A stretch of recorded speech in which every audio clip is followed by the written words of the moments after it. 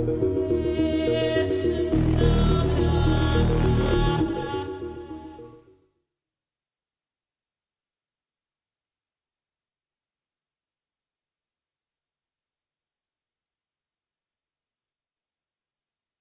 and welcome to the weekly press review where we bring you analysis of the week's news. Here today we'll be looking at some headlines from the papers. I have Daily Graphic here, the Ghanaian Times, and we'll be tackling some major stories that has gone on within the week. My name is Rebekah. Awuah.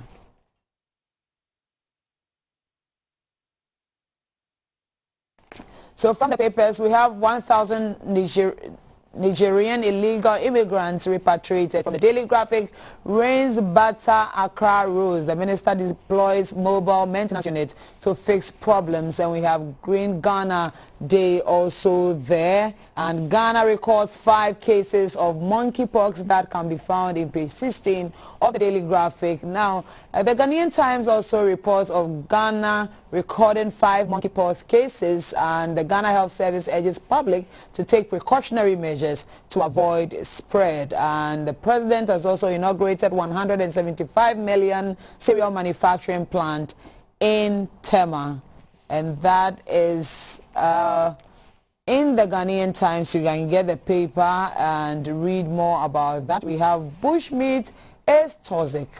Now let's look at the Daily Graphic, and the nation's auto hub losing luster and flats push dealers out, and that is on page 16 of the Daily Graphic. Update your records with your Ghana card. It's also there. 2022 Green Ghana Day. Lands Ministry targets 20 million trees, and that is today.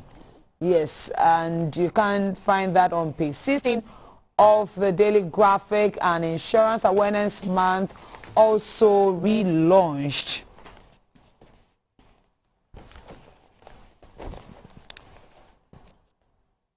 Now, on the Ghanaian Times on June 8, 2022, danger looms on Malam Kaswa Highway, and as mud flood takes over toll booth at Old Barrier Stretch. And you can see that on page 16 on Wednesday, June 8th of the Ghanaian Times. And here to food crops in mining areas undergo radiological pollution test.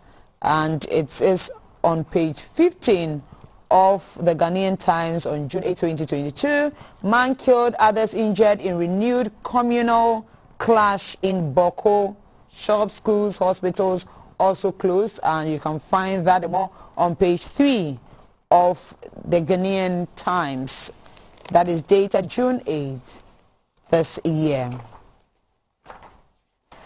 Let's get to the Daily Graphic, and on 7th of June it reported on promoting small-scale mining gold processing machines unveiled, and the devices can recover up to 90% of gold, and that is the story making the headline on the front page of the Daily Graphic on June 7th. And father in money ritual case also remanded. You can find that story on page 20 of the Daily Graphic. We have the minister Kissi also saying that the motorway reconstruction will begin in August. Those stories and more is on the front page. You can find the details. Let's get to the Ghanaian Times again, and you can see a story there. The banner headline said, efforts to stop mercury use in gold mining boost for small-scale mining as president inaugurates 100 mercury-free gold processing machines.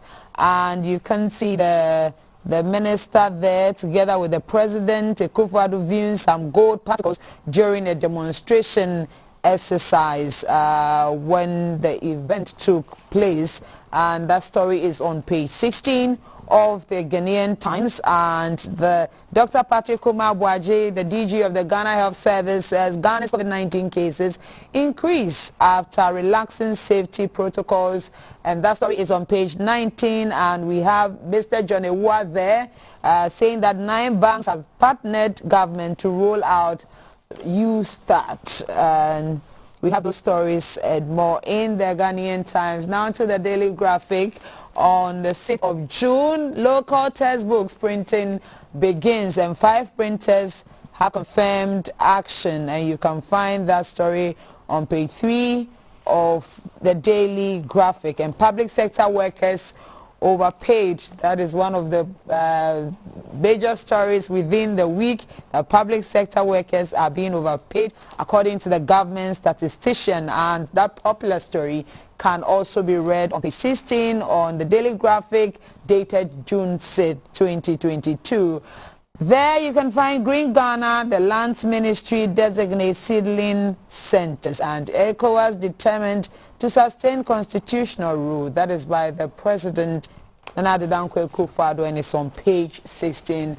ECOWAS fails to slap new sanctions. Still, the Ghanaian Times reports that at an Accra Extraordinary Summit and against 3 West African military rulers, and is on page 16 of the Ghanaian Times. And from Brighter Pier, he says, stop circulating video of children who suffer ill treatment or abuses. And this is coming from him. And the national security warns of suspicious movements at Garu, Bunkpurugu, and notifies GFA and police, and is on page 3 of the Ghanaian Times, and that also is on the 6th of June. There are more stories that will be coming up, and you need to grab the papers and read more. Go online and get to know more about what is happening within our country. And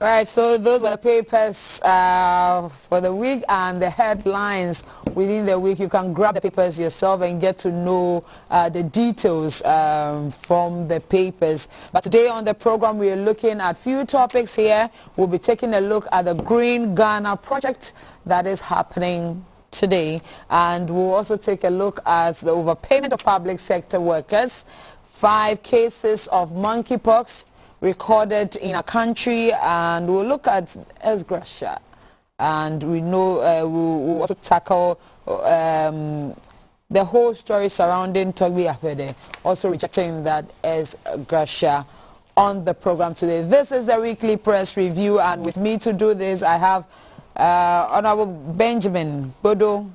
He is the MP for Ho Central and also a member of 3 other committees in Parliament, Finance, Local Government, and the Privileges Committee, and we'll be delving more into the issues soon. I would be joined by Dr. Dickson Adomako Kissi, who is the MP for Anyasotum. Join us also via WhatsApp on 0557 446 429, 0557 446 429. And once you send in the messages, we'll be glad to let the world know what you're thinking. Right. Welcome, sir. Let's look at the Green Ghana project. Good morning to you. Good morning. I'm meeting you for the first time. I am meeting you for the first time. I'm glad I'm doing so. Yes, I'm also glad. At the same time, we take the opportunity to extend our regards to the people of Ghana on this especially people of my constituency, Ho Central. You have held me here today. I should have been with them for the tree planting exercise.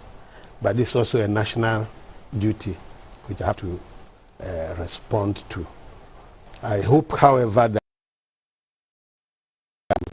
take interest in the project and do something about planting trees to green Ghana. around their homes, around the streets, so that we cannot be protected, we can have good oxygen, and we can live well, because our parents lived in the forest. They were mostly surrounded by forests, trees and grass, and they lived longer, far longer. So you see, there is some benefit to derive from living in a green community. And the report has it that we've lost about 80% of our forest land since 1900. So we have to make conscious effort to regreen our country. And the efforts that we have to make are, how do I put it, are deliberate. It will not come by chance. They have to be deliberate, so that over the nearest future we can regreen or reforest our country. You see, it is not just a question of planting. The Minister for Lands, our colleague Adomako, said that about 70% of the trees planted in the first exercise are doing well. Well, the question is, why not more? And how sure are we of that figure, that percentage as well? So the issue is not just planting the tree today and then walking away. We need to sustain it. We need to sustain it. And I urge Ghanaians to sustain tree planting anywhere they find themselves, around their houses, in their farms, even around the gold mining areas. So that over time we will regreen or reforest our country. There are several benefits to derive from that. That has been over labored, so I wouldn't want to go into that again. But there is something very, very important for me, that is maintaining the trees that we have planted. So the maintenance aspect of it is very, very important, because trees rely on the soil, that is the earth, and water to grow. If we just go and drop them in the earth and walk away, we walk away, you can go back in a few weeks' time to find that they are gone, they are dead. Even the flower garden around my house, I've decided to plant trees, but even though I was watering them, sometimes I do it personally, I realized later on that about 5 of them died. So I had to go and buy new plants to come and replant. So the maintenance aspect of it is also very, very key. I would even urge the minister to declare days in months which he deems fit for maintenance of the trees. So today is Green Ghana, we are planting. Let's have another Green Ghana, which is maintenance, purely maintenance of the trees we have planted. So everybody who plants a tree should identify where he has planted 1, 2, 3, or 4. You are aiming at 20 million. If you have planted 10, ensure that you know where they are. Then in a month's time or so, we should go back and visit them and see whether they have germinated, whether they are doing well or not. Otherwise, it will be a wasteful exercise. We've spent a lot of money. The minister said we had $7 million to do the other one. Now we are spending money again. People are, doing fanfare. It's part of money. This morning, the president with the minister launched the project in one community. Let me take you quickly to the Parliament House. and an exercise is ongoing there as part of the Green Ghana project. We'll get that feed shortly, but you're talking about finances. So yes, so we shouldn't just waste the money. We've made caps. I've seen them around. We've made T-shirts, one of which I'm wearing. And as you just said, I just went to Parliament. I've seen that Parliament is also organizing a ceremony to participate properly in the exercise. The speaker will be there. So we spend a lot of money buying seedlings, buying soil, this manure, and other things to plant the trees. What we should do is to sustain the maintenance of these trees so that we don't just waste the money in a fanfare and, you know, after some weeks, the trees are dead. So we are back to square one. In your estimation, are you saying that printing of the caps and the polo shirts and all is a waste of money? No, they are awareness creation. But what I'm saying is that after that, when we have done all of this, we should sustain the maintenance of the trees so that we could get the real benefits. The trees should germinate and grow, because we have removed them from some nursery and gone to plant them. They should be watered. They should be watered to germinate. We don't just do it today and walk away. That's what I'm saying. That if we have spent money to create awareness and for people to go actually on the field to go and plant, we should not abandon the exercise because we have completed today's exercise. A day is not enough to make a tree grow. That is my point. A day indeed is not enough to make a tree grow. But in the first place, should we cut down our trees, knowing the implication of climate change and all of those, to get another funding to do replanting? No. That is why I was talking about how we make sure that these trees grow, so that we don't have to go and bring them. Of course, cutting trees are a normal way of living as well. For instance, when the cocoa farmer goes to the farm to clear the land, he definitely has to cut some trees down. But that's why we encourage that they replant even within their farms. Then it is not only cutting down. Okay, so on our screens we have the President Adomako Kpodo together with the Minister. He just planted his tree, and I'm sure they will have a name for it, right?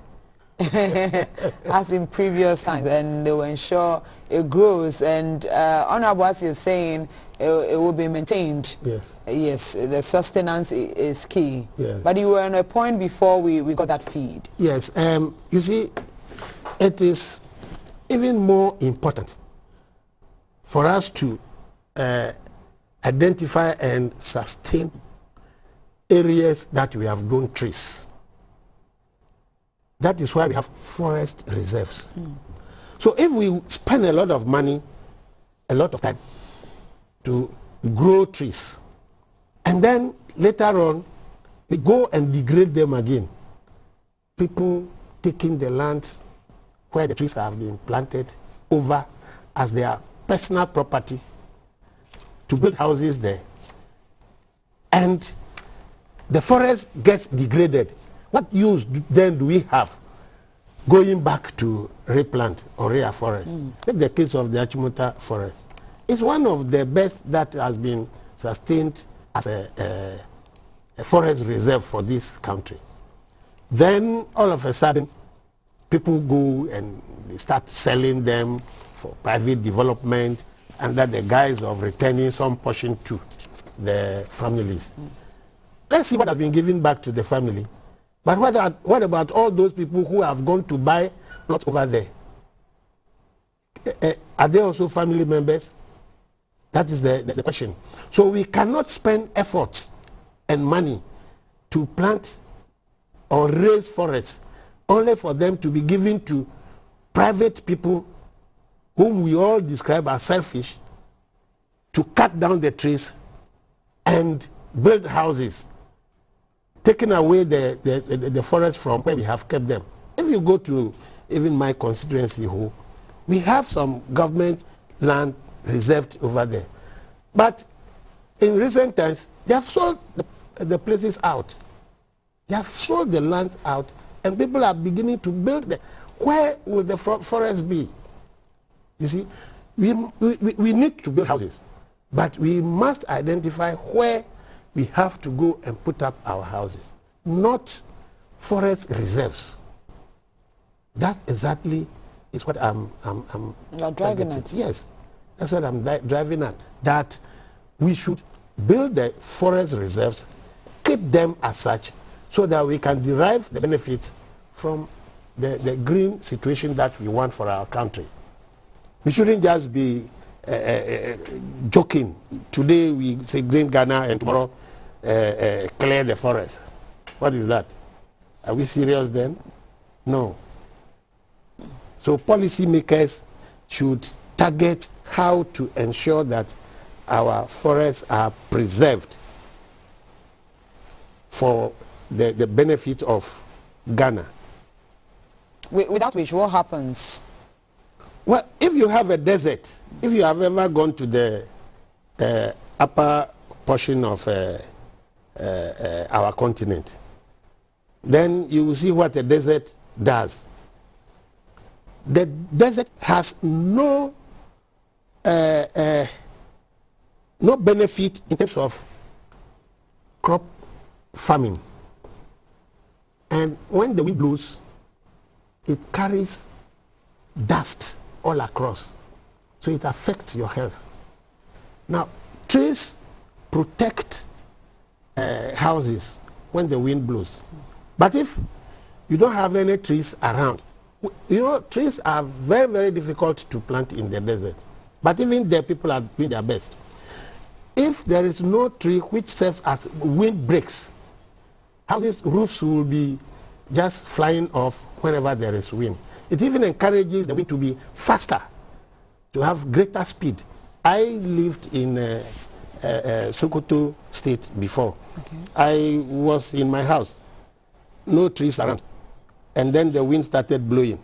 I was watching when the whole roof was ripped off, carried and thrown to the other side of the house. So I was standing there in the rest of the rain. Had to find a way of abandoning the house. So the desert is not very good for human habitation. That is why we need the forest around us to protect us, to make our life and living a good one. Not that you see, when we continue to cut the forest, burn it, then what happens? We are gradually inching towards making our lands desert areas, and that will not be good for us. Yes. But let's look at the arrangement and the targets that we are looking at achieving. 20 million trees, that is our target, and once it's implemented, it will help in our degraded forest reserves. Is it achievable? Well, it is good to set target for yourself whenever you want to undertake a project. It is good to set a target and work towards it. If we want to plant 20 million trees today, we can estimate the number of people who will be able to achieve that. We are 30 million people in Ghana. So what the minister is saying is that even if you plant one and we get a target of 66% of the population, we will realize 20 million trees. But the fact that you have so many people on the land does not mean so many such people will carry out or engage in the exercise today. So, for instance, I'm sure that the president is not printing it's not planting only one. In our various areas, people should seek to plant 10 or 20. That's why they are organizing it in this manner. So those who are able to embark upon the project, they should make efforts to plant more than one, so that at the end of it, or even if we attain 75% of the target, it's a success. So I will urge everybody to engage in the exercise. We are here, but it is, that's why I said earlier that it's not a one-day show. We can also engage in it. I have been doing that, so we can later on join our people on our other days to do planting. And what I want you to note is that this project is supported on a bipartisan basis.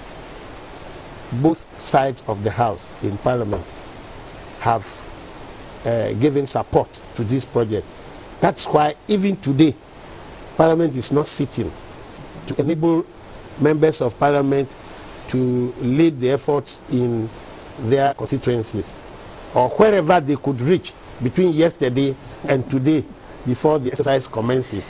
I'm tempted to ask, have you planted your tree already? Oh, I've told you that. You have to leave Awuah Central to come yes, I have to attend to this national duty too. But I am constantly planting trees. If you go to my house, you see trees around me, green grass, green trees, and I take delight in watering them myself. That is why I am able to observe their progress. If it is not good, I, will call for a replacement. I have mango trees in my house, in my village. That's right. Yes, and I have a green, about 30% of my house is green. Yes, so I'm a fan of greening our environment. So even though I'm here, there's a lot which is happening behind. That's right. Let me welcome the Honorable MP for Anyasotom, Dr. Dickson, Adomako Kissi. Welcome, sir. Thank you. Yeah, we have been talking about the Green Ghana project. Doc, you are welcome. This is a bold step. Yes, it is another bold step to restore our degraded and deforested landscape. In your view, how do you see this intervention? Well, first of all, let me commend GBC for making time to discuss this, because the media has a strong role in making sure that this agenda is something that we see happen, and to also engage a lot more people into this planting of trees. So let me commend GBC for that, and then also add that I would encourage all media houses to spend some time to discuss this, so that it becomes something we talk about, and encourage it so that it's not just today, and we embark on this journey every day. I'm actually the Vice Chair for Environment, Science and Tech until recent, so it's something that has been dear to my heart in terms of keeping the environment safe and sound and livable for all of us. Now, this has been a very wonderful week, really. If you're thinking about environment, there was a World Environment Day on Sunday, and then we had Oceans Day on Wednesday, and then today we're planting trees. So I think this week has been remarkable in terms of initiatives about trees and keeping our environment clean and clean from plastics.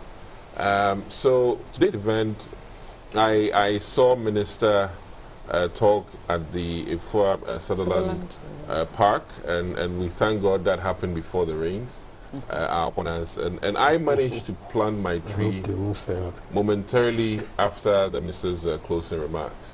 I did mine at my constituency, that's why I'm a bit late here today. But I did 2 trees. And today, my message really goes out to the ordinary Ghanaian. I'm pleading that we plant something close to where we live so that we can nurture them. And government will do the parks and other places, but the ordinary people who are receiving trees at their mosque receiving trees at their churches, at schools, marketplaces, and let me add that all municipals are ready to give you if you want to plant.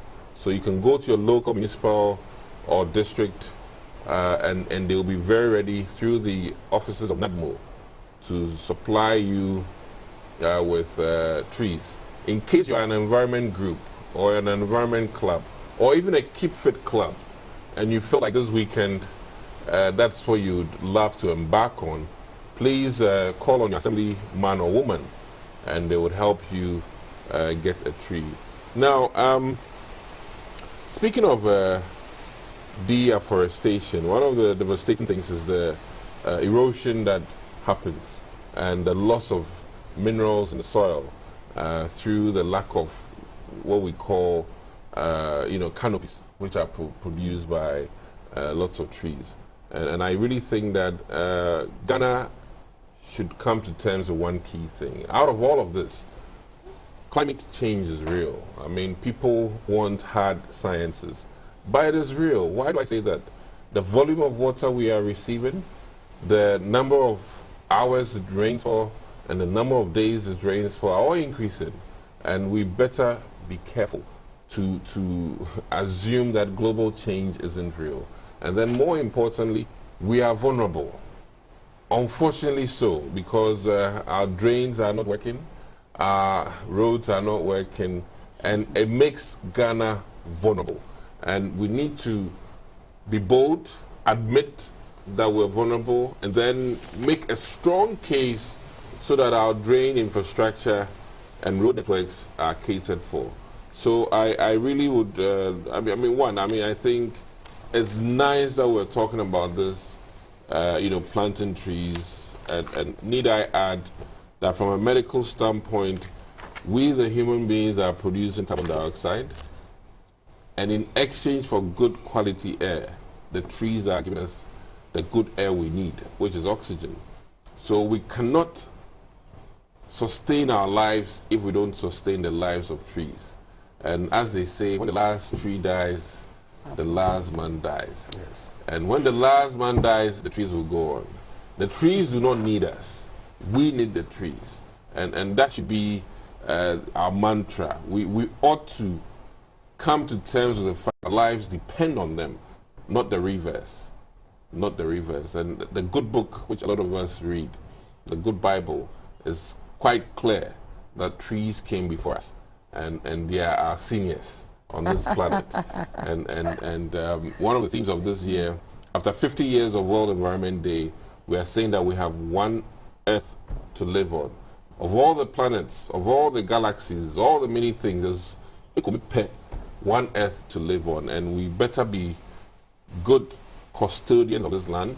We better be good stewards, whether your party colors are the NDC, whether your party colors are the MPP. I don't think the oxygen we take in... I always ask green. Well, no problem. The air we take in has no colors. It's very important that, and I'm happy that Honorable Kpodo has said it bluntly, that on this one thing, both parties are in sync and pushing for it. And I'm happy to also announce that there are some things that we agree on heavily. And that is environment. Oh, really? And I'm happy, that he's also reiterated that. So everybody out there, you have no excuse. Whether your religion is traditionalist, I'm almost half traditionalist. Okay. Whether your religion is traditionalist or, the Buddhist respect the earth. Mm-hmm. The Islamic religion pays a lot of respect to the earth. Christianity pays a lot of respect to the earth. And most countries, I mean, one of the key countries that does this yin and yang thing, which is the Chinese, the Asians, and the Japanese, have serious reverence for Mother Earth. And I think that, as you all know, as we are in Garland, when they are pouring libation, there's a lot of respect for Mother Earth. And if we continue to remember our tradition, we would abhor littering with plastics. We would abhor damaging trees. And in fact, before you cut one, plant one. Before you cut one down, plant one. So that at minimum you're replacing what you're destroying. And on that note, I also commend architects in the country who are particularly interested in making sure that the landscaping is preserved or the integrity of the natural environment is respected as they do their architectural work in designing and putting buildings and infrastructure on the ground. So thank you very much, on your allowing us to discuss planting trees and planting so that we can sustain quality air and a quality lifestyle in this country. Right. So we'll talk about our next topic soon. So we have been talking about the Green Ghana projects, and we know it's happening today. Wherever you are, the target is to plant like half of the 20 million targets will be planted to help our forest cover. So wherever you are, just as it has been said, get one of the seedlings. It's for free, and you can plant it, you nurture it, make it grow. Government paying for it. Government is paying, so invariably for the ordinary man, maybe somebody is at home thinking once I get to the district office. Yes, exactly. No. So will you endorse a suggestion that we create a day like this for maintenance and sustenance of the trees which we are planting? Well, you see, my concept, which I expressed earlier, is the fact that you plant close to home.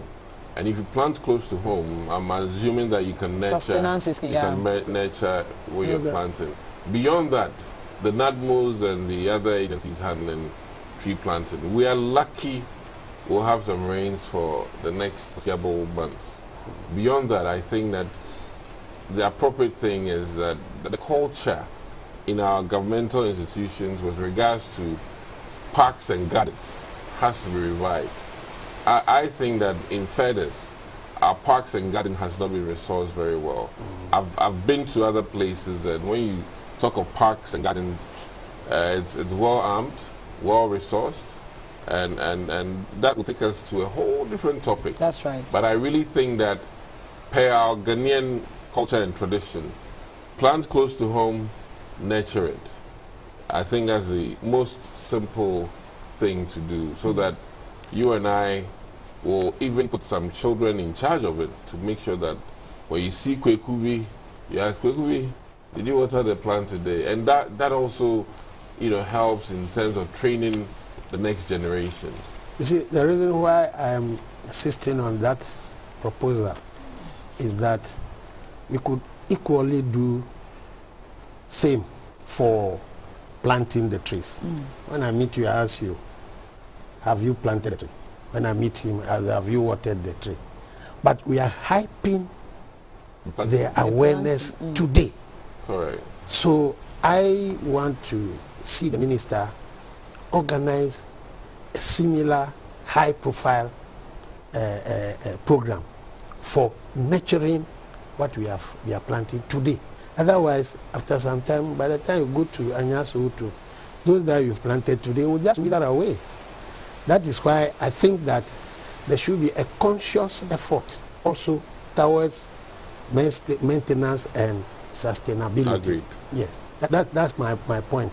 So we shouldn't end everything here. Some have even proposed that we do digital mapping of the trees we plant, which then adds to the cost. But there are lots of ways. I think that as it stands, on a basic level, we can use Google Map to snap what we have now, and then snap in a year later. And this is a challenge to some of the media houses. You can take a photographic, scenario of wherever planting has occurred today, and then make sure that a year today you can do before and after. And that is a challenge to media houses and a challenge to municipals. And if I had won the lottery, I would have said that, hey, whoever gives me a before and after quite well can win an award, and maybe we ought to. But don't you didn't win a lottery before you do that? You know what I mean by win a lottery. we better pull in the NLA, National Lottery Authority, to also sponsor part of this, in that sense that you know, they put people through a draw. If the before and after images are beautiful, especially having in mind the long-term effect that it brings, especially with the issue of climate change. Yes, because that was not how our environment used to be years before. But how did we get here? One other bad problem. We have a bad culture. If a car should have an accident on our roads and knock off a tree, if it's a pole, I know that some arrangements are there, but if it's a tree, to get them fixed, there are no arrangements for our trees. So I'll throw that challenge to the police, MTT, the departments, that when cars knock down trees, they should be as equally concerned as they are concerned about street lights, because it is of utmost important. So between now and next year, some of the trees that get knocked down by our drivers, and me included, I mean, any driver can mistakenly knock down a tree. We ought to replace those trees when it happens. But we shouldn't take... That will be our final one, so we get to our next. Yeah, we shouldn't take cutting of trees as a criminal offense in itself, because we sometimes see the leaves and branches of trees grow across electricity lines. Correct. So there will be the need to trim them, and where trees grow and they become a danger to the surroundings, we need to trim them. But I know there is a rule that you have to seek permission from the environmental people before you cut those types of trees. So it is necessary, and that's part of the maintenance. It's necessary to trim trees where they become a danger to human life, because in all of this, we want to protect human life, as my colleague has said. So if it becomes dangerous, something must be done about it. But as he said, if you take off one, put a minimum of one in each place. Right. Let's look at our next topic, overpayment of public sector workers. Yeah. And I'm seeing this on page 16 of the Daily Graphic dated Monday, June 6th. And it's saying that the government statistician, Professor Samuel Kobneni, has said workers in the public sector are generally overpaid for work done. And he said averagely public sector workers are paid double of the output, and he has therefore called for the creation of a public productivity committee of parliament to work like the Public Accounts Committee and ensure that ministries, departments and agencies and the public sector in general deliver output commensurate with their earnings. Overpayment. If somebody is overpaid, what does it really mean? All right. So, do I get to go first? You can. You know, personally, I haven't listened to him. I've heard other reports of him denying what he said, or maybe there's a possible misconstruing of what he actually meant. But may I say this, that I think that one of the greatest things that happened to Ghana was under the leadership of President Kufuor in terms of cementing single spine salary. And why do I say that? It formalized, you know, ranges of salaries that people receive in this country for the rank or for the job position or title they hold. There used to be numerous categories, some made by human resource managers at various institutions. Not to tackle or fight with GBC, but I'm sure that prior to single spine, GBC salaries were erratic in the sense that somebody's niceness may afford them the ability to get more pay than the average. So that if we take presenters here, it was probably not on a scale where it's based on seniority, you get this or that. So I think that, one, we have to know where we were and appreciate where we have arrived at, which is the single spine scenario, where you can assume that once you get out of police today, this is at least how much you're getting paid. Once you get out of medical school, this is what you're getting paid. And I really think that that has come to better our compensation structure in this country. So we need to be mindful of that and appreciate it. Now, with regards to employees or workers or staff members and their pay, we are in a tight scenario in this country, especially because of the rising prices of expenses.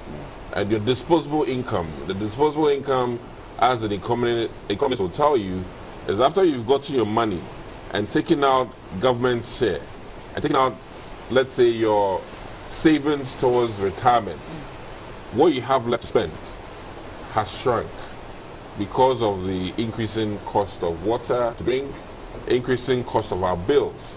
And let me add that our phone bills are eaten into our salaries a lot because of data we're buying and all these things that we weren't doing before. So, nobody is ever paid enough. I mean, that is just the nature of our lifestyle. If I enter into a company as a cashier, I wouldn't feel paid enough. If I'm promoted from cashier to manager for the cashier workers, I still wouldn't feel paid enough. And that is a natural thing when it comes to incentives for jobs. And I must say that even the president of this country, I doubt if he feels that the work he does for the nation is well commensurated or the compensation is adequate. I can choose the likes of Donald Trump, also of Americans, who might also feel that he wasn't paid enough. So one, no worker in this world will ever feel that, oh, the salary I'm taking is adequate. Now, the key question is that we ought to ask ourselves, is our output added value? And if it is it important that we make sure that if you're a sales rep and you're bringing 1 billion to a company, how much does the company require, or is the company required to pay you? That is the key question. So I think that one, our wage bill is huge. That one is a fact. Our wage bill is huge. So if you're talking about the wage bill in this country and the revenues of government being limited or small compared to the wage bill, then that one I can agree with the statistician that considering the wage bill, the number of people in this country, and the scenario of government as a whole, then that key point is valid. That, you know, our wage bill is almost becoming unsustainable per government revenue, per what we bring in, and I would hope that that is what he was trying to get at. I would hope that he was trying to tell the average Ghanaian that when we put all the work that Ghanaian civil servants do together in terms of revenue, and we put how much they take home, it is not congruous. It is not in sync. You know, in some of the corporations out there, there are strict guidelines in terms of the percentage of revenue that should be going towards administrative work, in terms of percentage of monies that should be going to the employees of the company.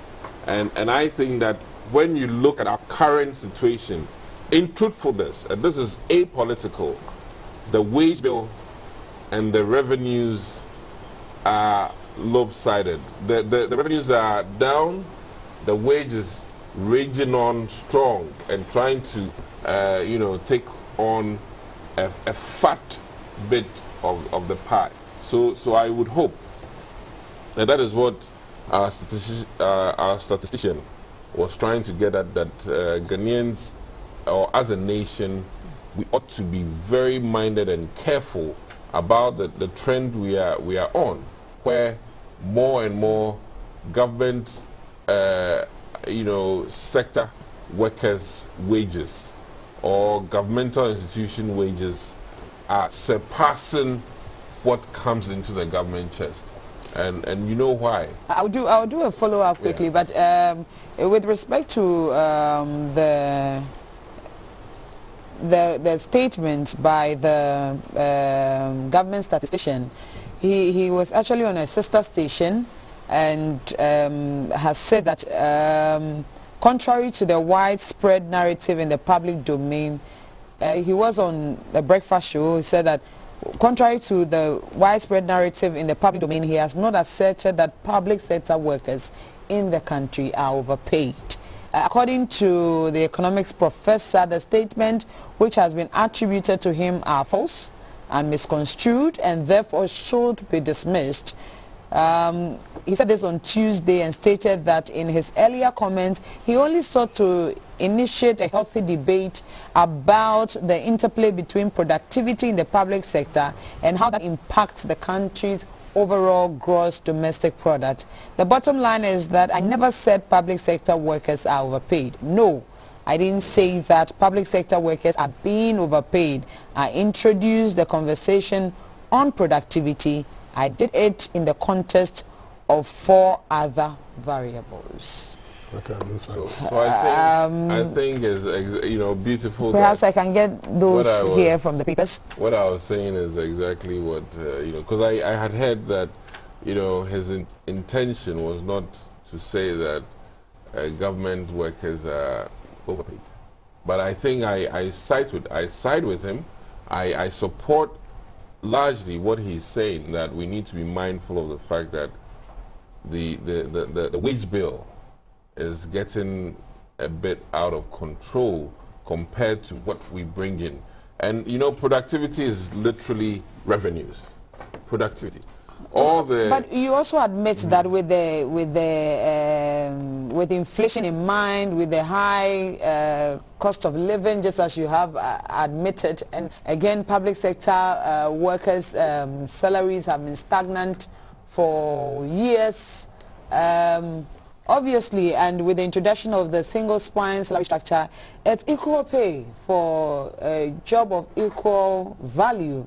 So obviously, overpayment in this sense does not come in. But if you're talking about productivity, then of course, what should amount to productivity? So let me cite an example, and this has nothing to do with my dislike or likeness for the police service. But I always cite this example.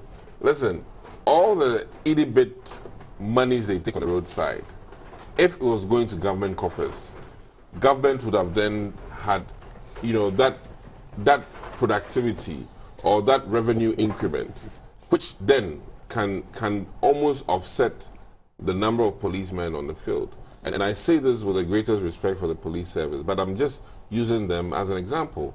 If you're in an office somewhere taking additional monies for work done, and that money is literally supposed to go to government coffers, you are depriving Ghana of revenue. And these are the scenarios that lead to, as I'm saying, the unfortunate bit where our revenues are not matching the wage bill. And that is a fact. Likewise, any company out there, if close to 55% or above 55% of your earnings are going towards worker salary, then you have a challenge, because you also have to pay electricity bill, water bill, you have to pay for supplies that you use at your business. So if you should take a restaurant, for instance, if you are looking at your rental agreement, how much you're paying for your place or your building, and if you're looking at what you're paying for governmental services in terms of taxes and everything, and then you realize that 60% of your monies is going to salaries, it is bad for business. And this is what the statistician is advising, that we ought to look at it. And it is not in bad taste that government looks at improving on its revenues, so that even if your wage bill or your salaries are going up because of the number of staff you're adding or the increment in their salaries, your revenue side is also increasing. You know, there are some things that have improved. I mean, I know that with the introduction of digitalization at the ports, what has become obvious is that some increment, and I was in a program with the finance minister, and he cited one hotel, I think the hotel at Elmina. When they introduced the appropriate mechanisms, the hotel started making profits. So the same number of staff there were giving us negative returns.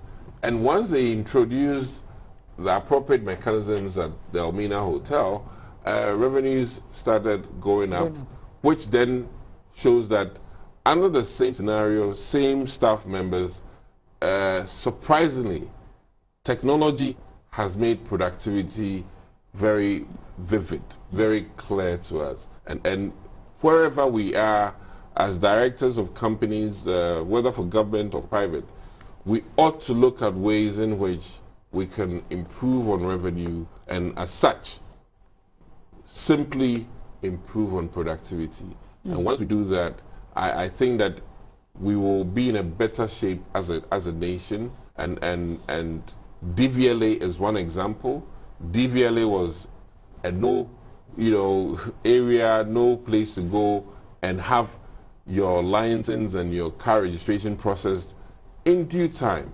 But now, look at the scenario. And I'd also commend Foreign Affairs Minister to an extent, because now passport acquisition is so enjoyable. And that is another way where technology has improved productivity. So the same number of staff members, however, they are getting good salaries, and yet the revenue for government has shot up. Minus logistical issues where passport, became a challenge because of the printing or the lack of material for printing. I think that on a whole, these are positive stories where technology has come to improve on our productivity.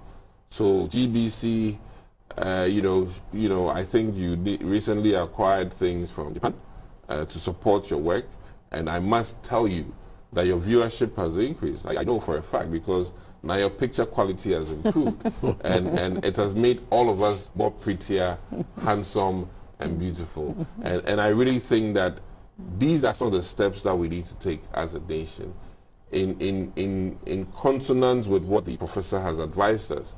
So it is actually a challenge to every institution and the government to work hard so that you can show next year that, listen, we are sitting up.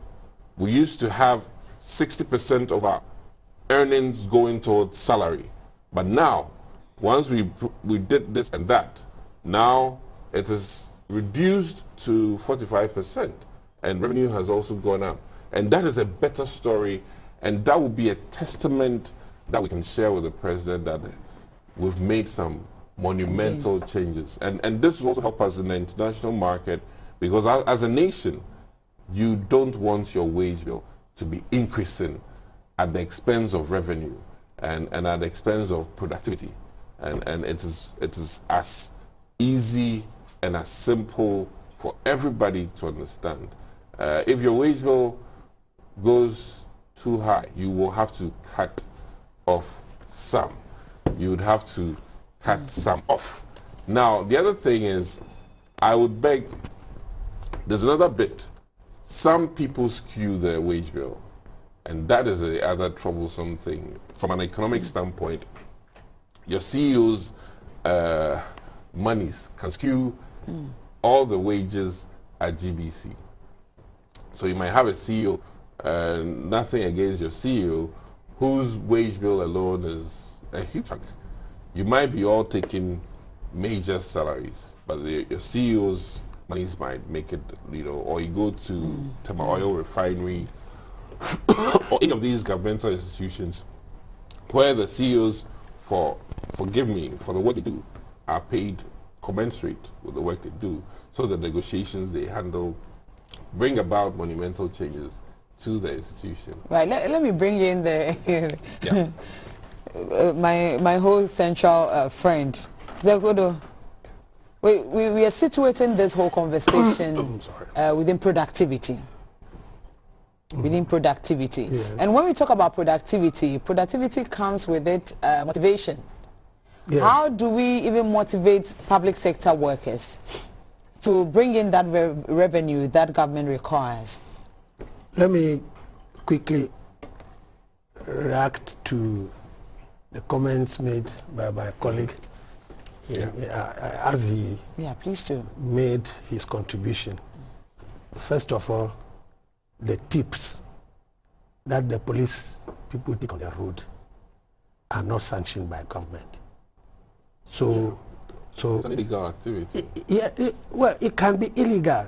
It can also be friendly, because sometimes when you are driving and you see the policeman, he salutes you, he greets you, and you feel that, oh, the boys are here also.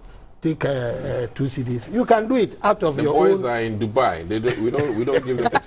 The boys are in Afghanistan. We don't give them tips. You know, so don't let us bring in the tips that policemen get as part of the conversation about this. Secondly, he's talking about wages and other related emoluments having outstripped government own expenditures. That is another statement which is in severe dispute, because what really has rather gotten out of hand is interest payment. Interest payment.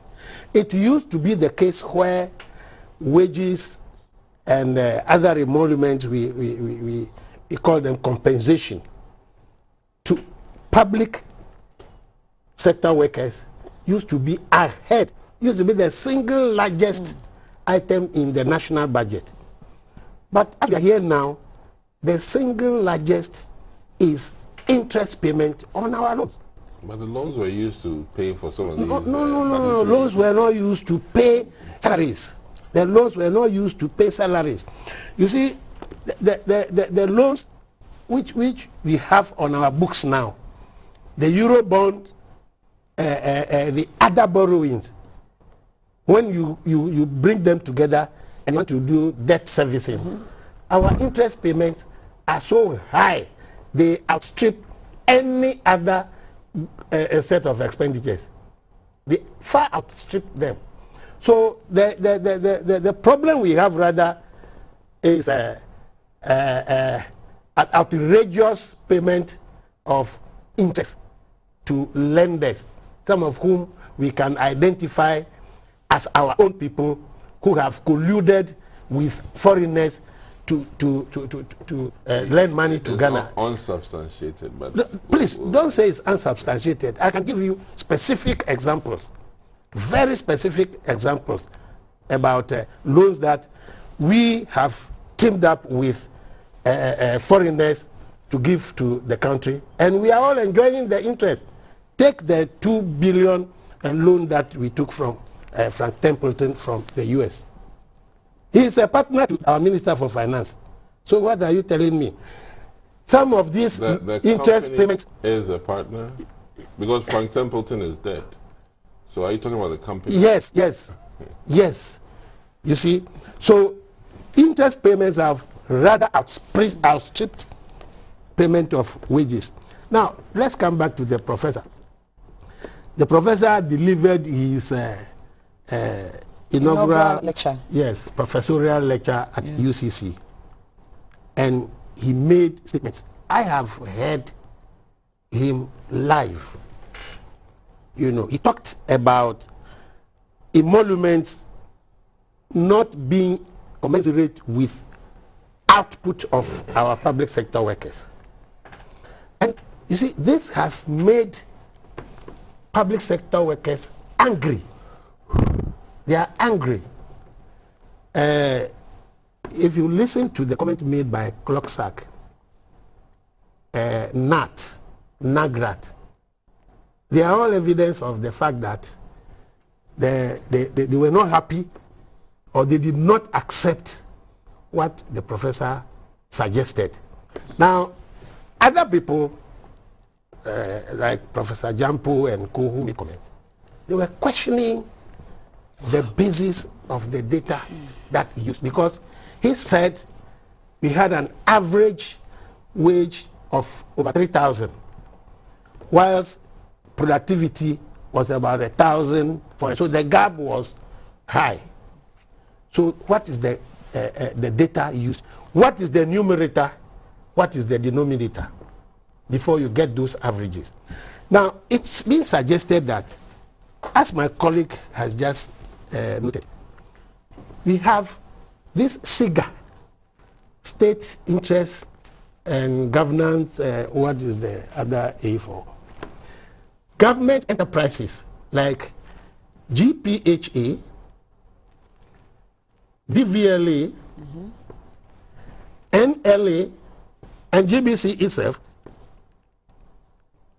They are all, and then the government banks, NIB, GCB, their chief executives take hopping wages, very huge wages.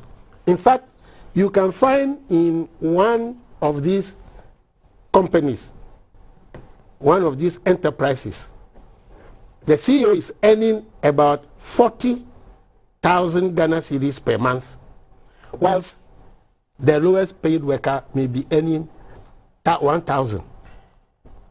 So what was the data used? What was the total wages he put together? And what were the numbers used per, as the total number of public sector workers? Does it include the head of GPHA? Does that figure include the head of NIB? Does that include the head of GCD or DVLA? You see, so if you add up all of that, as you find on the wages bill, and you divide it by the total number of public sector workers, you get something big. But on the practical level, several people who are working for the public sector earn less than that average of 3,000 plus. They earn less than that. So you see, that is why the associations are angry, because even teachers who have university degrees are not yet earning up to 2,500. They are not. Talk about diploma teachers, talk about nurses, talk about clerks in our various accounts clerks. They are not yet earning up to 3,000. So when you talk in general terms, without breaking it down, as a professor, I would have expected that he would say that, okay, middle level workers have an average of this. Higher management level have an average of this.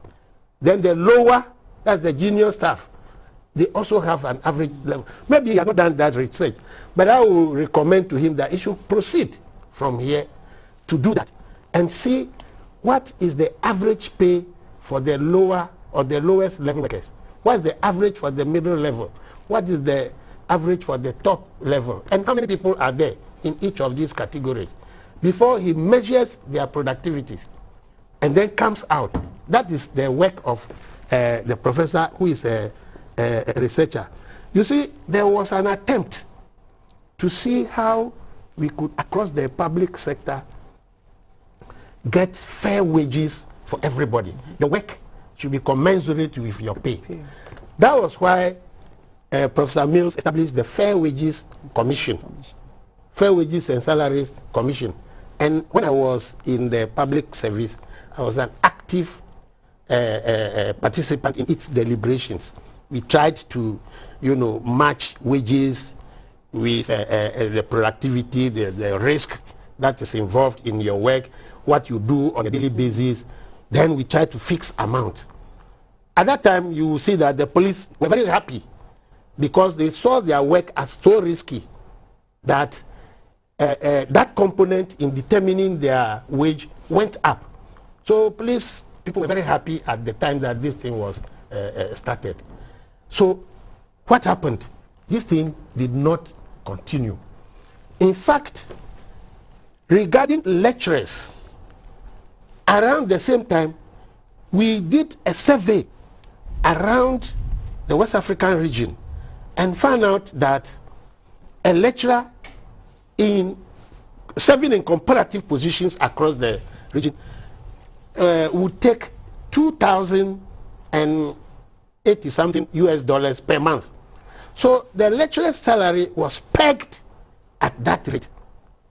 Now, if the scale of the salary would not enable the lecturer to realize that amount, there was a market premium fixed by the Fair Wages Commission for the lecturer so that he could attain that level. But over time, this thing has been ignored, such that about 60% of the premium that would make the lecturers attain that $2,000 thing was wiped off. That's why they went on strike. So the question is, what is the commitment of the government to make sure that workers are properly rewarded? That is what we should be addressing.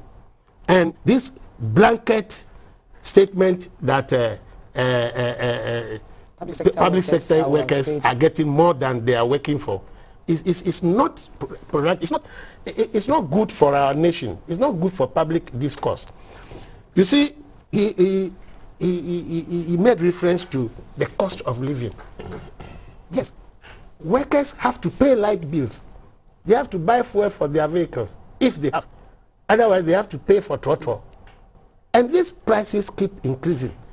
Just now, we have inflation running at 27.6%. Have we matched wages with that rate of inflation? How do you expect the ordinary worker to manage within these circumstances? Yesterday, I was listening to a program, let me mention your sister station, Joy FM. They were talking about some ladies having gone to Agbogboshi to buy things they need for their house. They couldn't. They had to change, go back to Momo, collect a little more, and after that, they had to take taxi home and go and get money from the house before they could pay. It means things have just changed and people are unable to meet their cost of living. So, you see, the wages need to go on or go along with the rising price, the rising cost of living. That is why when in these very hard times, very, very hard times, you go and make such a statement, whether he's denying it or not, many people heard it. I think that what he has done is to provoke a discussion about productivity relating to wages. That is true. It is quite clear that there are some of the offices you go, the receptionists are not there, you can't find them. They wear shoes, high heel shoes to work. When they get there, they drop it, wear slippers, and they are walking around. They are painting their lips. When even visitors come, they do not attend. These things do exist. That's why we have a managerial unit within each organization, the supervisory unit, which we must encourage to supervise the work of people so that their productivity will go up. But a blanket statement that the wages paid are far in excess of the productivity of our workers, well, it's unfortunate. The prof should go back and do the research again. Should look at the top echelon of the public service, look at the middle, and look at the lowest. Then he can come out with a story that we can all hear and be okay. Right now, everybody is angry, to be frank. That is what is happening on the ground. People are angry. University lecturers, university workers are angry. Clocksack is angry. NAGRAT is angry, NAT is angry because of this statement. I think what we should do is to rather appease them if we can introduce something that will enable them to meet even halfway the high rising cost of living. That is more acceptable than for us to be chastising them for this. Honorable Adomako Kissi. Yes. Anything more to add? Well, do we pay workers more to deliver, or it should be the reverse? I would love to reiterate a few things. That I think that government worker salaries are huge, a huge chunk of our budget. And we need to find ways and means to improve productivity so that the revenues would go up and as it is, reduce the percentage of revenues spent on salaries. Prefer some solutions. What should be done? I cited one example where at the ports, with the introduction of technology, the same number of people are now yielding a lot more to government. I've also cited some changes at certain governmental hotels, and I cited Elmina as an example where the same number of staff, but with the introduction of technological components, No milk. the revenues of the hotel has improved. And DVLA is an example where, as we sit today, DVLA of today's time is a DVLA of 12 years ago. Revenues have improved, same number of staff, same number of people paid the same amount of money. But so far, I think that it's important that all government institutions look at ways of improving revenue as opposed to just increasing the wage bill.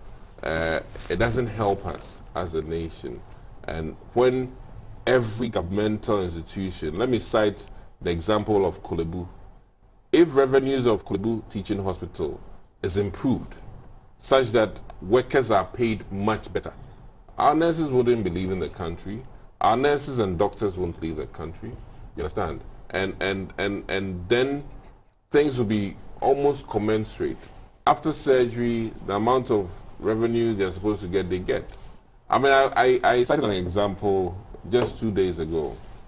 Elsewhere, for instance, when a doctor gets called to see a patient on the ward, he is paid for that. That is not the practice at Kolebu. As it stands, government is losing revenue that it could acquire if the systems were actually in place. Because the doctors go on ward rounds in the morning and sometimes, if you are lucky, in the evening. And in between, if you call for a doctor's consultation elsewhere, you pay extra for that. And these are revenues that we're losing. So there are many institutions losing revenue. And I am also passionate about, for instance, fire service. There's so much revenue in fire service government is not realizing because we don't have the appropriate technology. How many homes do not have fire extinguishers? Plenty, plenty.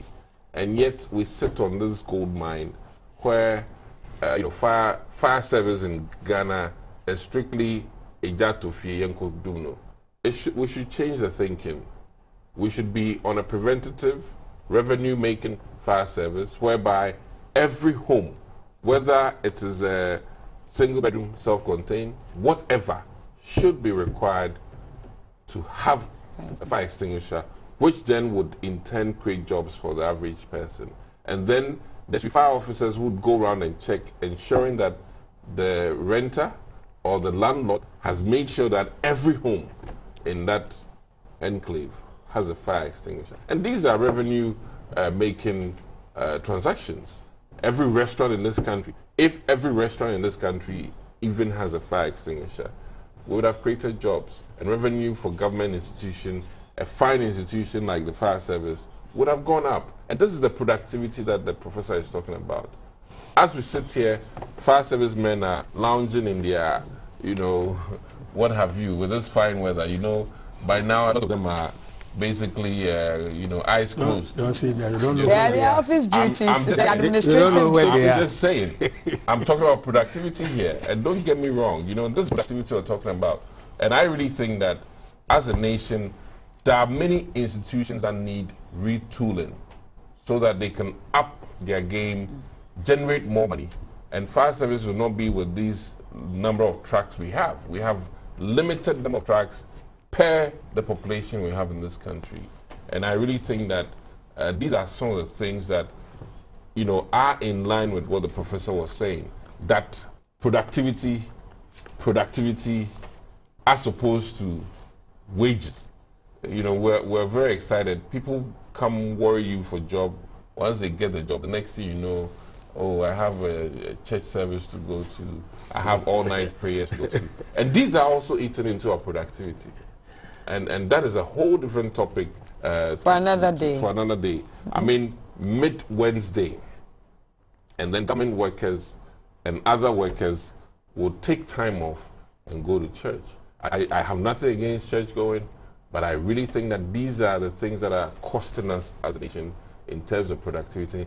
And listen, we have to be bold and talk about it and be frank about it, regardless of the political implications. And this is what this man is talking about. Productivity, salary. Productivity, salary. So Honorable Kpodo, I think that you're right about the interest, but I still think that the interest payments are also monies used for compensation. It is not strictly just for capital expenditure. That one there, I'll beg you, because a lot of the, you know, projects, there's no project without a human element. There's no project in this country where the labor cost is not factored in.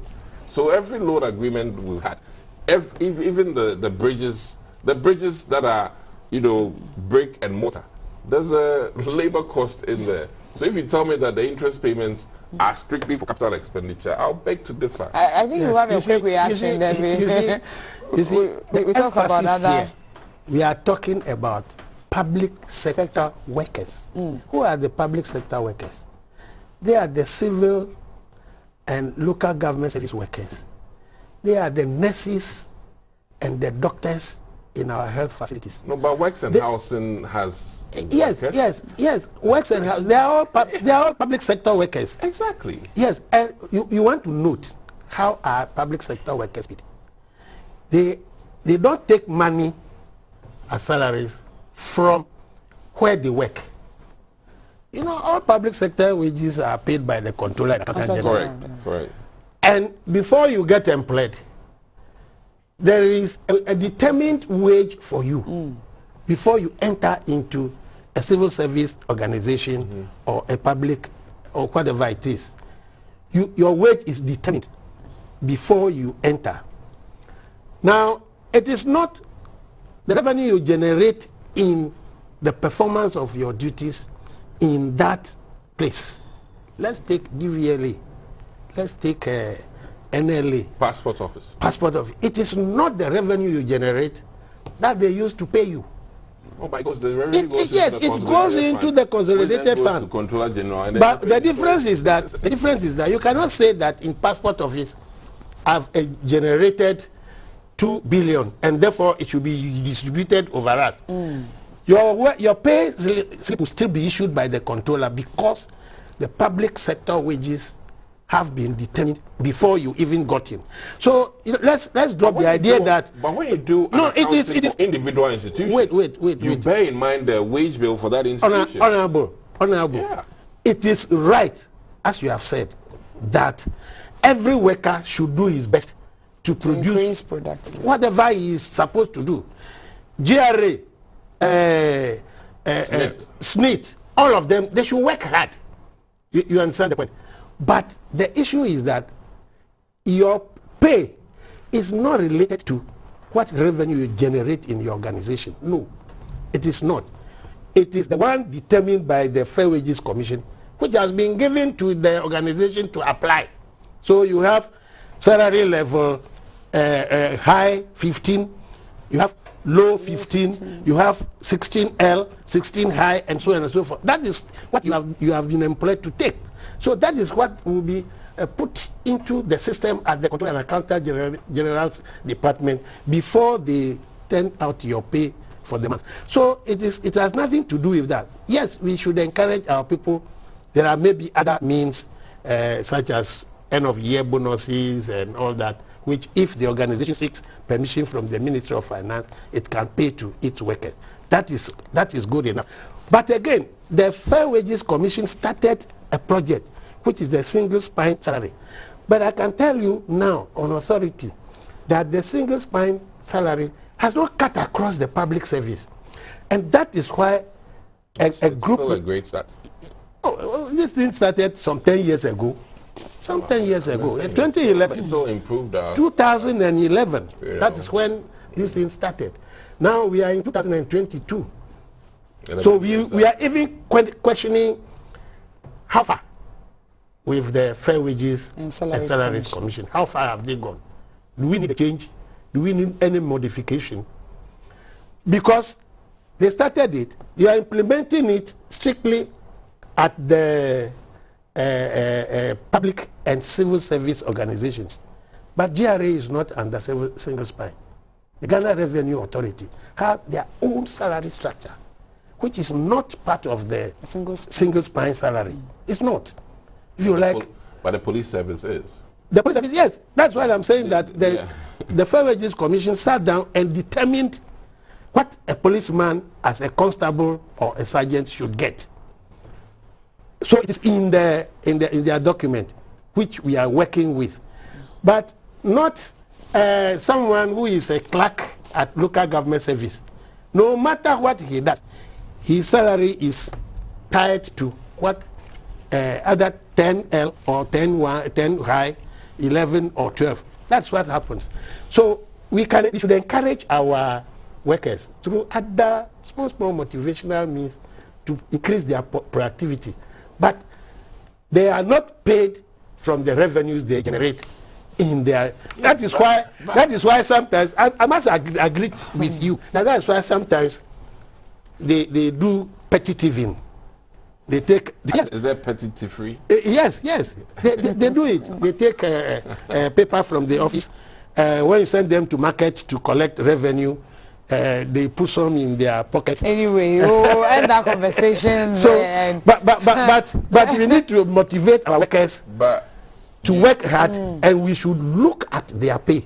We shouldn't make generalized statements that the average pay they are overpaid is higher than their productivity. What do you mean by being overpaid? If you say you have not said that they are overpaid, but in another way you say that there's a gap between their productivity and their wages, that the wages are 3,000 plus. Other variables. Yeah, so yes, that is why, for instance, I'm suggesting that, okay, let's look at the various levels of work.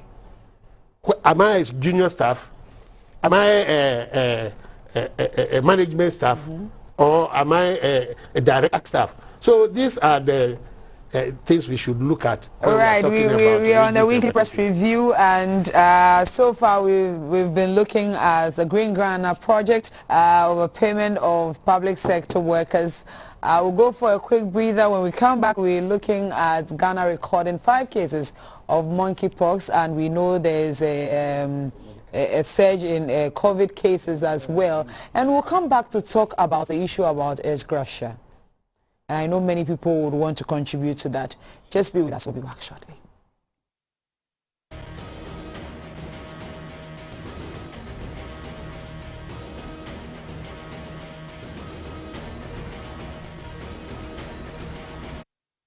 Baptist Church International in Kumasi, Ghana. I'd like to welcome you to join us here on GTV every Saturday morning from 6:30 to 7 a.m. Please join us as we discuss the scriptures each and every Saturday morning. God bless you. And nations tremble at his voice. All creation rises.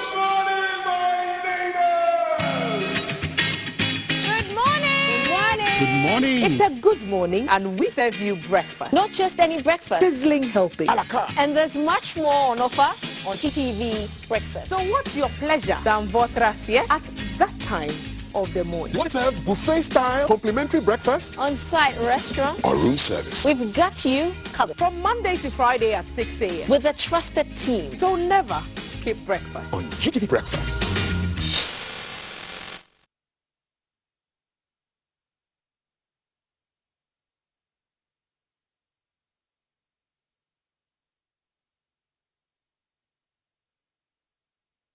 Welcome back to the program, and we're discussing key issues that has gone on within the week, and you can also join the conversation. And when you look at your screen carefully, you see the WhatsApp number there. You can send in your messages via that number. And so far we've been looking at the Green Ghana project, where we are to plant trees wherever we find ourselves, and the president has done so. Other government officials are also doing theirs. They have been seedlings within the districts where you can get it, so that you can also plant yours. Before the break, we were talking about overpayment of public sector workers and tying it in with productivity, and we'll talk about monkeypox. Ghana has recorded 5 cases. Because you're a medical doctor, let me bring you in first, and I'll bring in my friend here. That's right. Yeah. So I think what is important as a nation, our health is tied to our productivity. So we're still back at the same thing. And what is important is that I think that per the way things are going, from Ebola to COVID and now to this new deal, which is the monkeypox, I really think that we need to, as a nation, strategically consider health as a national security issue.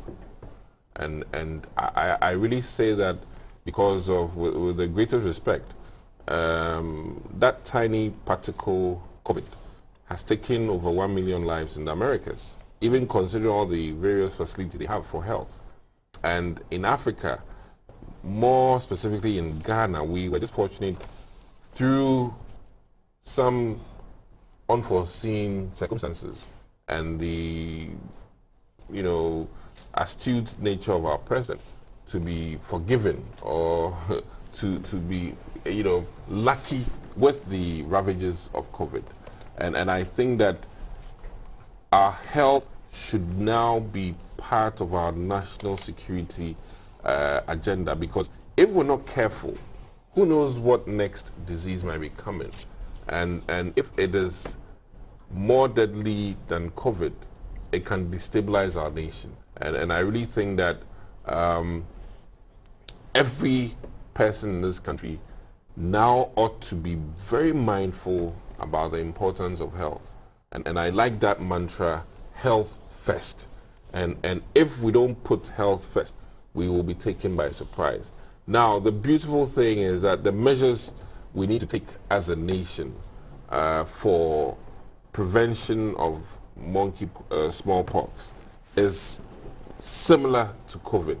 And unfortunately, a lot of us have relaxed on our preventative measures, washing our hands, using the hand sanitizer, keeping a distance, being mindful and careful of where you go, your environment. And I really think that we need to come back to basics again and remind ourselves and be mindful of the fact that times really have changed. Those social events that do not matter or do not need our presence, we ought to abstain. And I'm sorry to politicians that we still have to expose ourselves to these things, and we ought to also be very careful and mindful. And I'll plead with the average Ghanaian, if you are feeling sick, let's report to a health facility, because the earlier detection of this virus is very important in terms of your survival and also your care and management. And when you see something out of the ordinary for any illness, don't resort to herbal remedy without reporting. As a country, one of our challenges is underreporting of incidents when they happen. People go to a prayer camp before they go to hospital. And I really think that some lives were lost to COVID, which were not reported. Yes. Because of that. and I'll plead with the average pastor, preacher there to encourage and educate their people at the pulpit, because 70% of this country are literally Christians, and on Sunday, in 2 days from now, I had somebody visit from UK, and he was like, on a Sunday there's traffic, it's unimaginable for him. And I said, hey, Sundays are the big deal. You have everybody going to church. And that is Ghana for us. We're very religious, but I really think that because of our religiosity and our Christian, affiliation as a nation, more so than the traditional thing, which was our thing, I think they are a huge stakeholder. And I'll pray that this Sunday they spare maybe about just 5 minutes. And if they can't talk about it, they can contact a local health directorate to come and just share a word on the preventative measures, so that this smallpox thing doesn't also, erupt into another nightmare for us. It's expensive to keep people healthy, but likewise expensive if you don't. As they say, if you think peace is expensive, try war. And in this fashion, we'll say, if you think health is expensive, try cost of a refrigerator to keep you before burial. And on that note, I really think that Ghanaians should be mindful, and I'm making a case, and this one I'm talking to national security. In as much as they are worried about Boko Haram, deadly diseases are also troublesome. Yes. And they ought to take our health as a nation very serious, and more importantly, factor it into the national security apparatus, because their funds are huge. That's why I'm talking about national security. If you put health under national security, we'll have more funds towards the prevention. And the Americans have done that. I was looking at the budget for America recently, and the budget put towards health under a national security agenda. I mean, Trump did some things which were good. He increased the military budget and increased monies for health. And I think that we need to mirror that in our nation, where health budget is as close and as worrisome. One of the beautiful things in this country, if you're a service person, your money comes on time. But go to the health sector, it's different.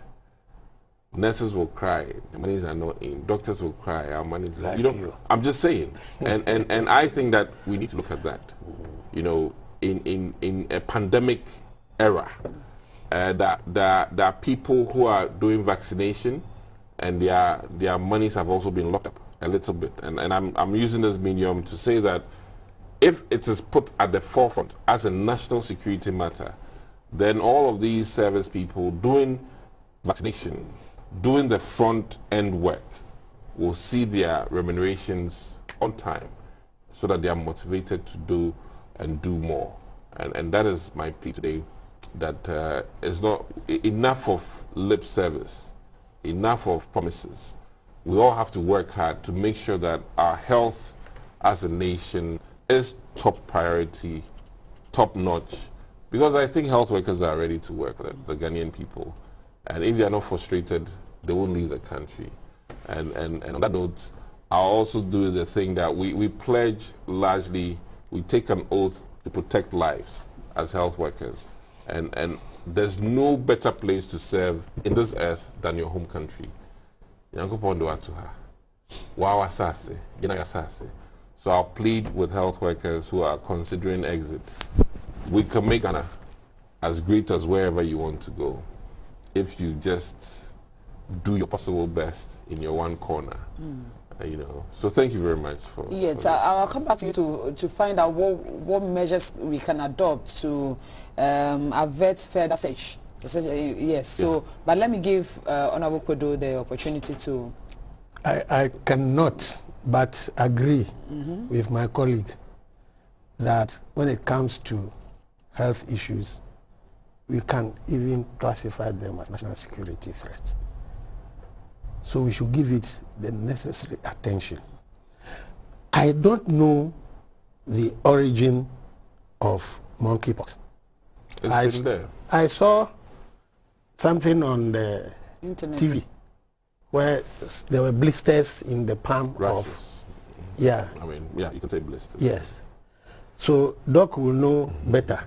In fact, I will even want to find out from him, is it possible for monkeypox to also become a pandemic?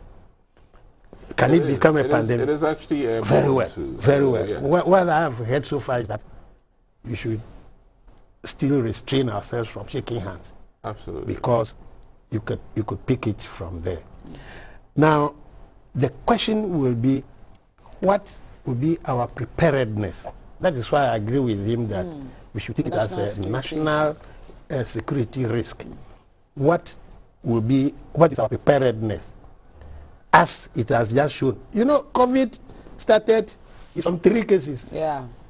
When it first came, we were prepared at the airport and all that. Then, bam, the thing started coming.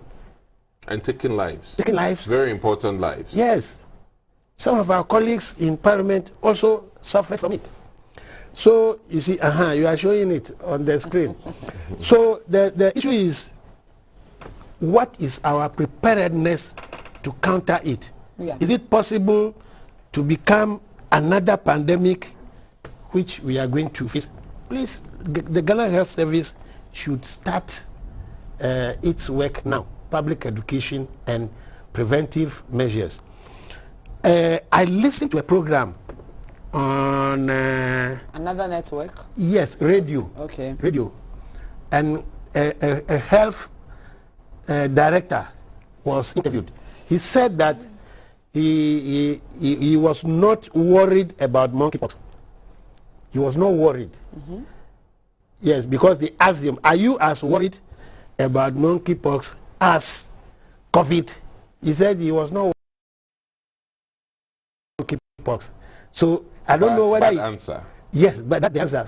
Is this suggestive of the fact that perhaps within a particular context? Yes, maybe it's suggestive that it cannot spread.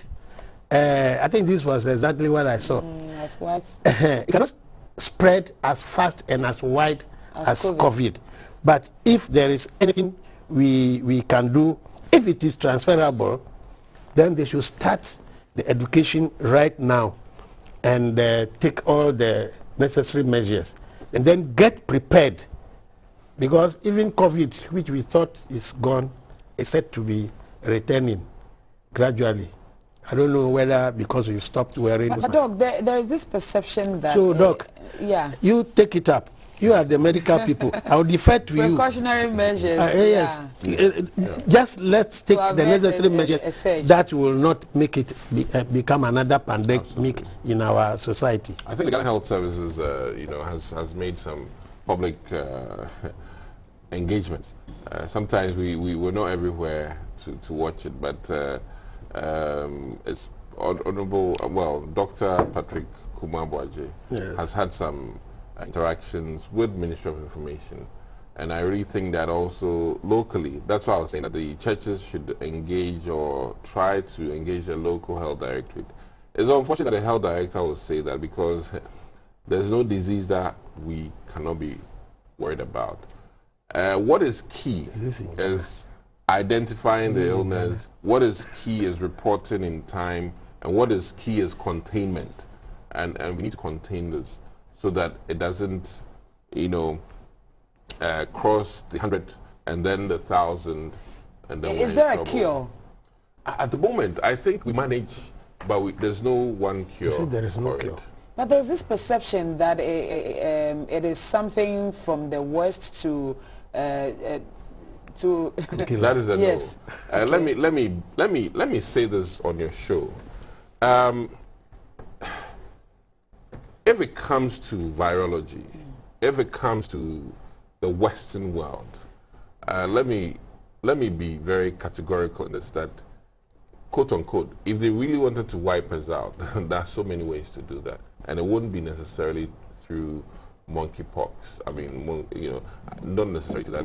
And I really think that, listen, I've lived in the Western world for some time before, and even there's propaganda, okay?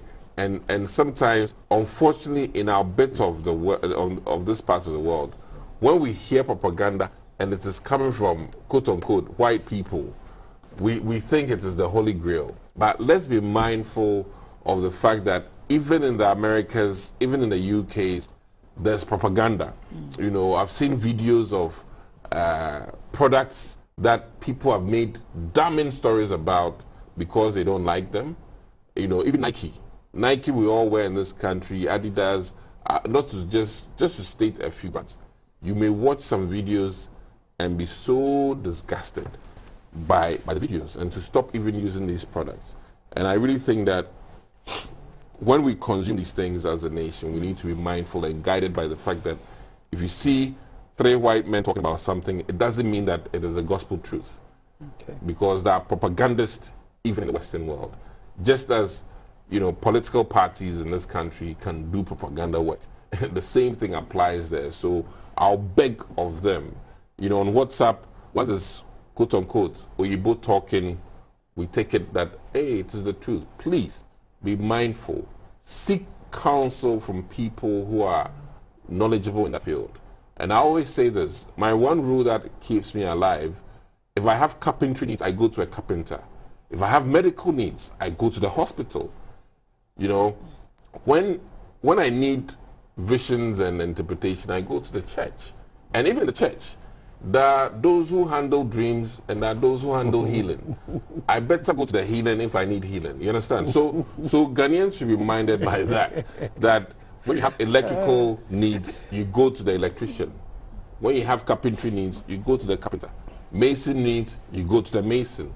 And when it comes to health, get to the doctor. Go to the house where the information is appropriate for you and for your family. And if we do this as a nation, and we're guided by that, and in concluding to that, prayers anywhere can help. Sometimes people will want to go to a prayer house and be waiting instead of coming to the hospital. Let them pray for you and be at the hospital so that you get the benefit of the 2 worlds, physical and spiritual. Not just spiritual. And when Christ went to bring Lazarus out, he had men remove the stone.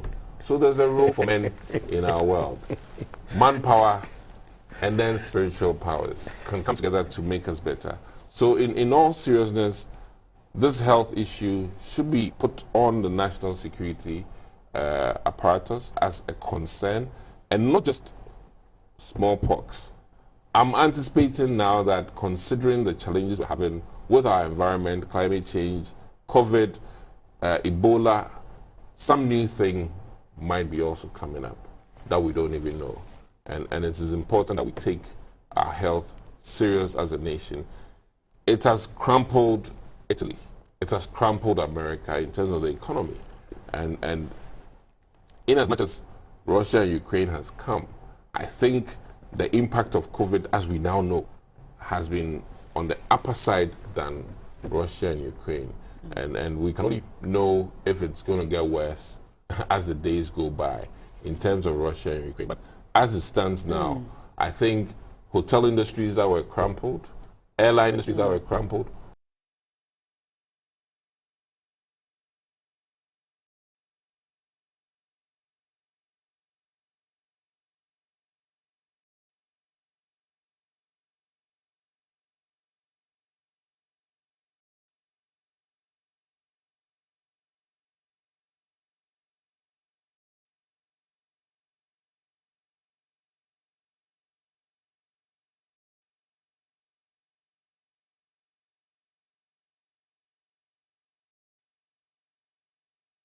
Ghana project. It says the point Honorable is making, I guess Honorable Kpodo, should be considered very serious. Abandon the exercise because we have completed what we have to do today. There should be a check-up walk some other time, which would be solely based on checking up on the already planted trees and replanting those which couldn't grow. And that is coming from Mauli, from East Legon. I am really enjoying your program, Green Ghana Project. Something is really bothering me, and I want your guests to educate me a little for clearer understanding, please. In my village in the Volta region, whole West people are still cutting trees for commercial purposes, and I do not understand why so. My name is Edwin from Ibri. So Edwin sent this one from Ibri, whole north. Whole West. They still cutting trees. Yes. Yeah. What they are cutting the trees for? Commercial purposes. Yeah, to either build houses or for charcoal. For charcoal, yeah. Yeah, if they are using the trees for charcoal, then there is a problem which runs back to the government. What is the price of gas? We have been educating people and persuading them to use gas. Now, the price of gas has shot through the roof. So we are gradually discouraging people from using the gas and then sending them back to the bush to go and get, to cut trees for firewood or for converting to charcoal to be able to cook in their homes. So the government should give attention to the pricing of gas products so that people will be encouraged. We used to give them free cylinders, but now, apart from seizing that, the price of gas has shot to the people go to gas stations now. Instead of filling the whole bottle, they say, oh, I have 25 cedis. Give me only 25. You go home and use it. When it's finished, you go back and take the rest if you get more money. Otherwise, you resort to charcoal. Right. So that is a major problem which the government has to address. Seth from Lasses, it's quite worrying that our natural environment is being destroyed on a daily basis. I saw this afternoon that the trees along the sides of the road to the East Legon underbridge have been destroyed irresponsibly. Why are we destroying our fauna? That is a question he's asking. And this one says, please tell Doc to go back to the clinic and stop talking. And stop talking. He should go around the road. The rails are falling and can create accident on the road. He should. Yes. Dog, tell him that this one is coming from somebody within your constituency. No, we need around the Awoshi area. We need doctors also in Parliament. The rails are falling off. Okay, let me see. That we need doctors also in Parliament. This is my knowledge about our forest in Ghana. In the 1976, I traveled from Accra to the then Upper region, and there was a tree canopy along the road from Pokwasi in Accra, virtually all the way to Bogatanga and beyond. Our unregulated forest exploitation has led to the depletion of the tree cover and was made worse by the fire that swept this country in the 1983s. One would wish to see a major drive towards reforestation as the U.S. and the Canadians do. In 1989, whilst buying plantain somewhere around Offenso on my way to Bogatanga, the plantain seller told me that the vast area around here, which looked like a devastated savanna, was in fact a cocoa farm. Very sad. Can we study the Americans' approach, including legislation and enforcement for reforestation? We can do something about it to improve our forest cover. Seth from La. I have another one here. It's quite worrying that our natural environment, okay, this one I have read. Why are we destroying our fauna? Okay, please tell Dog. I've read that one too. Okay, let's get to our final lab. Gracia. Yes, we have only 5 minutes to discuss this. No. You have to ask the producer to extend the time. Producer, my guest says you should extend the time. I think, well, let him go. If not, yes. I just have a short thing to share on that. You see, the basis for payment of salaries, allowances, retirement benefits, and others to Article 71 officers is the Article 71 of the Constitution. And it lists all the people. Maybe we don't have time enough for me to read out all. It covers the president, the ministers, MPs, speakers of parliament,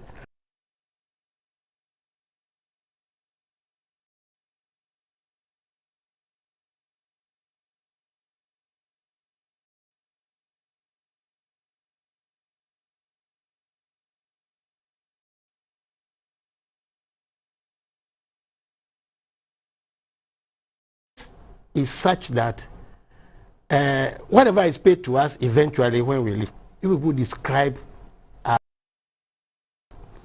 But I have the document here. There's no mention of ex gratia.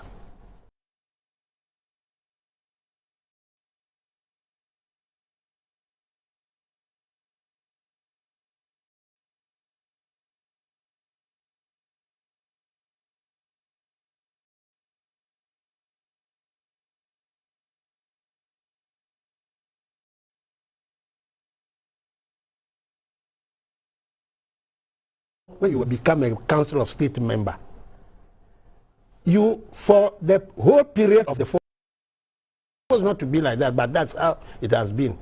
For the whole period of your tenure, you are on the salaries and allowances of the previous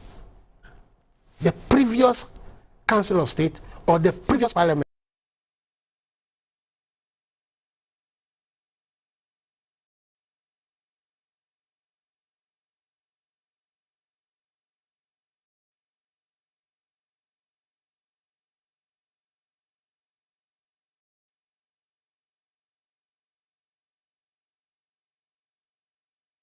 Parliament or Council of State members will not enjoy any increase in their salaries. There's a provision in that article which states clearly that the President will set up an emolument committee, Presidential Emolument Committee, which will make a recommendation based on which Parliament will approve for the Executive and the Executive will approve for Parliament. You see the point? And oftentimes, this takes almost 3 to 4 years for the committee to be set up. So until that committee comes out, you are on the previous parliamentary salary or previous salary of this. So the ex gratia you people are talking about is a combination of salary arrears. Togbe admitted that he took salaries. But what he took was the salary for the 7th Council of State. So for the 6th Council of State. So at the end of the 7th Council of State, term of Council of State, they fix new salaries, which they should have been taken right from day one. But because they were marking time on the 6th Council of State Conditions of Service, at the end of it all, they have to pay them arrears of salary. The salary that Togbe admitted he had taken was not what he should be taking.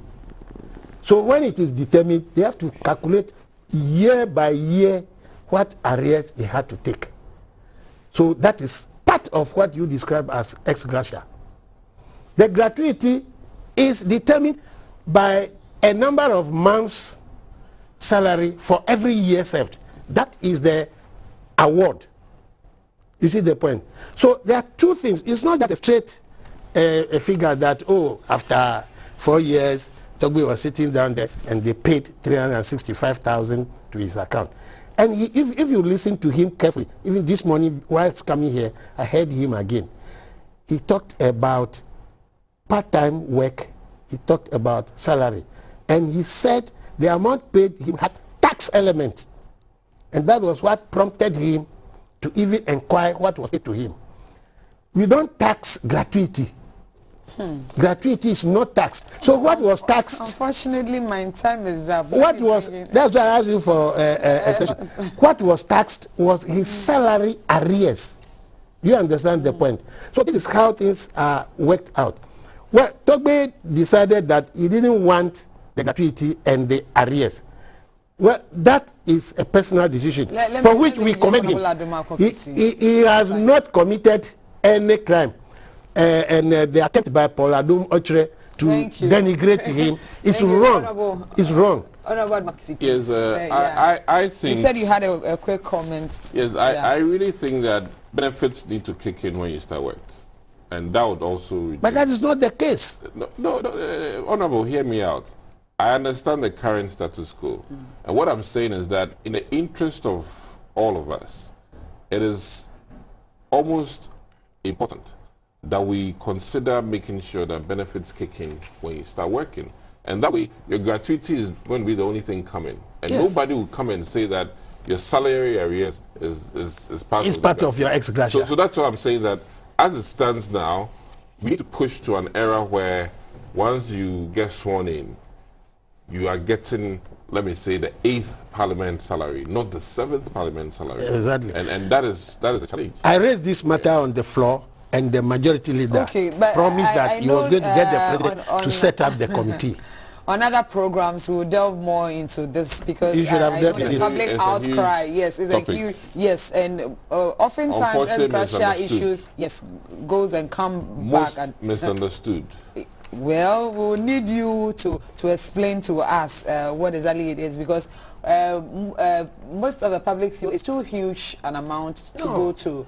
Yes, so maybe on in other programs, current affairs programs, I'm sure they will discuss it. So we have been here looking at I will come and the Green Ghana project over payment of public sector workers, the monkeypox outbreak here in Ghana, and we've been also talking about his gratia in relation to Togbi Adomako of Asogli rejecting that amount and taking it back to state coffers. I've been doing this with Honorable Benjamin Kpodo, who is the MP for Ho Central and MP for Anyaso Tum, Dr. Dickson, Adomako Kissi. My name is Rebekah.